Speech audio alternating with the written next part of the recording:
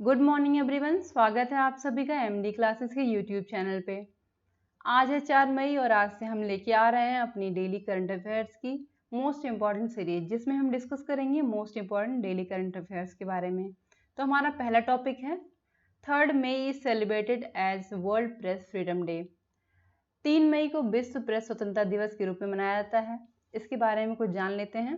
Press की स्वतंत्रता के महत्व के बारे में जागरूकता बढ़ाने के लिए दिवस यह मनाया जाता है। विश्व प्रेस स्वतंत्रता दिवस का आयोजन संयुक्त राष्ट्र द्वारा किया जाता है। विश्व प्रेस स्वतंत्रता दिवस 2020 का विषय है, थीम है जर्नलिज्म विदाउट फियर और फेवर।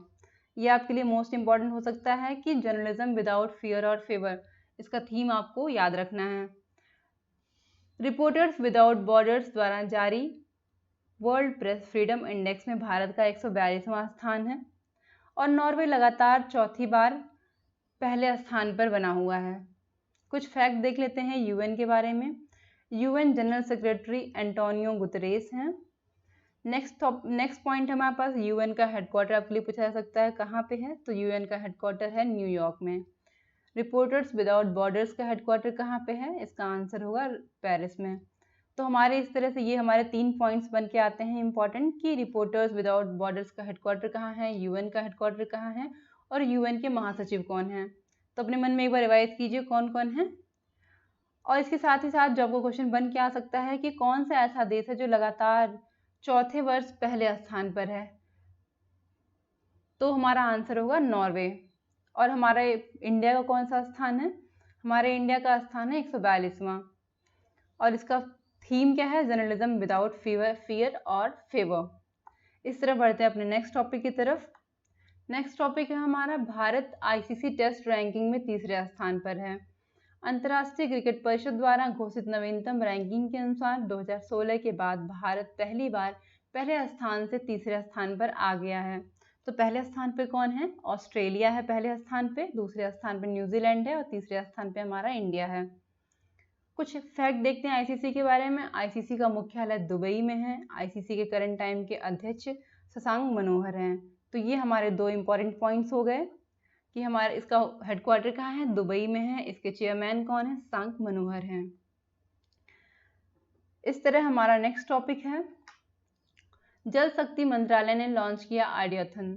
जल शक्ति मंत्रालय और राष्ट्रीय शहरी कार्य मंत्रालय के तहत स्वच्छ गंगा के लिए राष्ट्रीय mission the future of river management पर एक विचार विमर्श का आयोजन किया गया ताकि पता लगाया जा सके कि कैसे कोविड-19 संकट के लिए प्रबंधन रणनीतियों को भविष्य में आकार दिया जा सकता है। ये एक आइडियाथन है जो कि the future of river management के लिए बनाया गया है। ये स्वच्छ गंगा मिशन के तहत ये सब हो रहा है, ये सारे सोच विचार हैं इनके। और इसके जल शक्ति मंत्री, जो हमारे लिए एक टॉप पॉइंट हो सकता है कि जल शक्ति मंत्री हमारे कौन है, जो कि हमारे श्री गजेंद्र सिंह शेखावत हैं। इनका निर्वाचन क्षेत्र कहाँ पे है, तो ये हम जान लेंगे, निर्वाचन क्षेत्र इनका जोधपुर में है। इस तरह से हम बढ़ते हैं अपने नेक्स्ट टॉपिक की तरफ। हमारा नेक्स्ट टॉपिक है, पर्यटन मंत्रालय ने देखो अपना देश के 12वें वेबिनार का आयोजन किया है। देखो अपना देश के 12वें वेबिनार का आयोजन किया गया है, जिसको 30 अप्रैल 2020 को पर्यटन मंत्रालय ने देखो अपना देश का 12वां सत्र शीर्षक क्या बनाया है, इसके बारे में देख लेते हैं। उसका शीर्षक है celebrating the incredible Indian women in responsible. पर्यटन मंत्रालय की वेबिनार श्रृंखला का उद्देश्य भारत के विभिन्न पर्यटन स्थलों के बारे में जागरूकता पैदा करना और बढ़ावा देना है, including the lesser known destinations and lesser known facts of popular destinations. कुछ ऐसे स्थानों के बारे में जो कि लोकप्रिय हैं लेकिन बहुत कम लोग जानते हैं उनके बारे में, बहुत कम पहलू लोग उनका जानते हैं, उसके बारे में ज़्यादा से ज़्यादा जानकारी उपलब्ध कराना या उनको और भी उनकी जागरूकता को बढ़ाना, उनको इसके लिए उन्होंने अपना 12वां वेबिनार आयोजन किया है, जो कि 30 अप्रैल को हुआ है। आपके लिए क्वेश्चन हो सकता है कि कौन सा आयोजन था ये, कौन सा था ये, 12वां था ये। और पर्यटन मंत्री हमारे करंट टाइम में कौन है, हमारे करंट टाइम में पर्यटन मंत्री प्रहलाद सिंह पटेल हैं।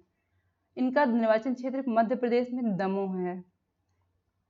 हमारा नेक्स्ट टॉपिक है, यश को विज्ञान और प्रौद्योगिकी विभाग द्वारा लॉन्च किया गया है। National council for science and technology, department of science and technology ने एक प्रोग्राम लॉन्च किया है जिसका नाम यश है। यश का फुल फॉर्म क्या है? Year of awareness on science and health.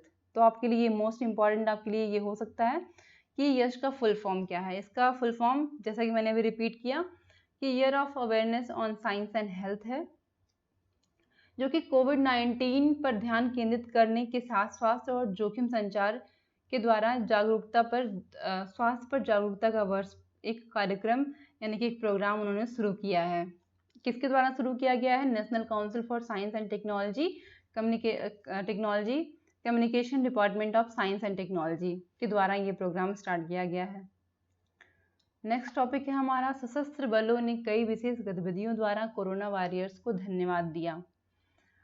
कोविड-19 के खिलाफ लड़ाई में लगे देश के स्वास्थ्य कार्यकर्ताओं के प्रयासों की सराहना करने के लिए एक धन्यवाद अभ्यास में सशस्त्र बल कई विशेष गतिविधियां कर रहे हैं, जिनमें से कोरोना वायरस रोगियों का इलाज करने वाले अस्पतालों पर फूलों की पंखुड़ियों की बौछार करने के लिए एक सैन्य बैंड प्रदर्शन और फ्लाइंग फास्ट शामिल हैं।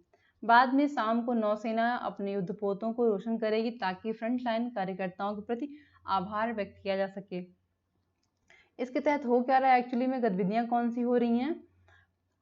जो कोरोना वॉरियर्स हैं, जो भी मेडिकल स्टाफ है या पैरामेडिकल स्टाफ है या जो भी लोग हैं जो कि जुड़े हुए हैं कोविड-19 के पेशेंट को ठीक करने में या उनके इलाज में, उन सभी की हौसला अफजाई के लिए, उन सभी को अच्छा फील कराने के लिए उनके ऊपर उनके ऊपर बहुत सारी गतिविधियां हो रही हैं। जैसे कि ये जो सशस्त्र बल है वो कई तरह से काम कर रहा है। पहला तो आप देखिए उनके ऊपर फूलों की वर्षा की जा रही है। हर अस्पताल में जहाँ भी कोविड-19 के पेशेंट हैं, जहाँ उनका इलाज हो रहा है, उन सभी के ऊपर फूलों की वर्षा की जा रही है और भी बहुत सारे कार्य वो लोग कर रहे हैं। और जैसे कि आपने अभी पढ़ा कि नौसेना अपने युद्धपोतों को रोशन करेगी ताकि फ्रंट लाइन के कार्यकर्ताओं के प्रति आभार व्यक्त किया जा सके। हमारे पास इसमें से एक एक्स्ट्रा पॉइंट क्या बन के आता है कि चीफ ऑफ डिफेंस स्टाफ कौन है? करंट टाइम में हमारे chief of defence staff general Bipin Rawat हैं। ये आपके बहुत सारे एग्जाम्स में पूछा जा सकता है, तो ये आपके लिए मोस्ट इंपॉर्टेंट है। इसमें हमारा नेक्स्ट टॉपिक है, कश्मीरी केसर को जीआई टैग मिला। जम्मू और कश्मीर के करेवा हाईलैंड में कश्मीरी केसर की खेती और कटाई की जाती है, जिसे भौगोलिक संकेत यानी जीआई टैग रजिस्ट्री द्वारा जीआई टैग मिला है। एक जीआई टैग एक ऐसा नाम या संकेत है जो उत्पादों पर उपयोग किया जाता है जो विशिष्ट भौगोलिक स्थान या मूल से मेल खाता है। एक भौगोलिक संकेत यानी जीआई टैग का उपयोग स्रोत के एक प्रकार के संकेत के रूप में एक प्रमाणीकरण के रूप में कार्य करता है, जिसमें उत्पाद के कुछ गुण होते हैं, यानी कि वो पारंपरिक तरीके के अनुसार बनाया जाता है या उसकी भौगोलिक स्थिति के कारण एक निश्चित प्रतिष्ठा प्राप्त होती है। ये तो हो गई हमारी रिटर्न बातें, लेकिन मैं आपको एक्चुअली बताती हूँ जीआई टैग क्या होता है। इंडिया में तो फर्स्ट ऑफ ऑल जान लीजिए आप लोग, more than 300 GI tags India को मिले हुए हैं, जिनमें से कश्मीर अभी जल्दी ही शामिल हुआ है अपनी कश्मीरी केसर को लेकर के। कश्मीरी केसर अपने विशेष महक के लिए ज़्यादा फेमस है। जीआई टैग एक तरह से प्रोडक्ट के लिए जीआई टैग होता है, ऐसा समझ लीजिए आप कि किसी स्थानीय यानी कि पूरे वर्ल्ड में वो किसी एक स्थानीय जगह पे एक विशेष उत्पाद होता है या एक विशेष प्रजाति होती है जो पाई जाती है, उसको जीआई टैग मिलता है। जैसे कि कड़कनाथ जो मुर्गा होता है उसको जीआई टैग मिला हुआ है। इस तरह से बहुत सारी चीज़ें हैं जीआई टैग के लिए। तो बढ़ते अपने नेक्स्ट टॉपिक के ऊपर। ये हमारा पिक्चर ऑफ द डे है। इसमें फूलों की वर्षा हो रही है, जैसा अभी हमने पढ़ा, सशस्त्र जो सेना बल है वो कर रही है। और ये कोरोना वॉरियर्स के लिए मेडिकल स्टाफ, पैरामेडिकल स्टाफ, उन सभी के लिए किया गया, जिससे उनके प्रति हम अपना आभार प्रकट कर सकें। तो ये हमारा पिक्चर ऑफ द डे है। पिक्चर ऑफ द डे में हम कुछ लेटेस्ट करंट टॉपिक के ऐसे फोटोज़ को आपको दिखाएंगे जिससे आपको आपकी मेमोरी में रिकॉल होता रहे वो चीज़ें जो इम्पोर्टेंट होंगी। और ये हमारा थॉट ऑफ द डे है। ज़िंदगी किसी भी भूल को सुधारने का अथवा आगे बढ़ने का बार बार मौका देती है। इसे पहचानने की ज़रूरत होती है। ये आपको इसलिए प्रोवाइड किया जा रहा है जिससे आप सेल्फ मोटिवेटेड रहें। इस क्वारंटाइन के टाइम में भी अपनी पढ़ाई को आप जारी रखें और मन लगा के अच्छे से पढ़ाई करें। अपने एग्ज़ाम के लिए प्रिपेयर रहिए। अगर आपको वीडियो पसंद आती है तो प्लीज़ लाइक कीजिए, शेयर कीजिए और हमारे चैनल को सब्सक्राइब कीजिए। इसके साथ अपना वीडियो हम समाप्त करते हैं। Thank you so much.